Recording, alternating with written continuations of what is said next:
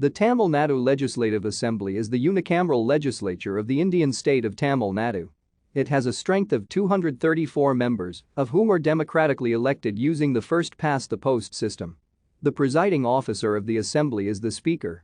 The term of the assembly is 5 years unless dissolved earlier.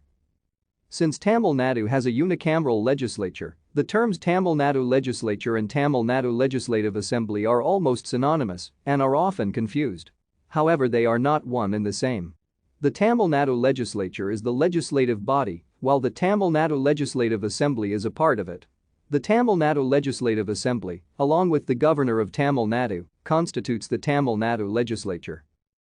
The present state of Tamil Nadu is a residuary part of the erstwhile Madras Presidency and was formerly known as Madras State. The first legislature of any sort for the presidency was the Madras Legislative Council, which was set up as a non-representative advisory body in 1861.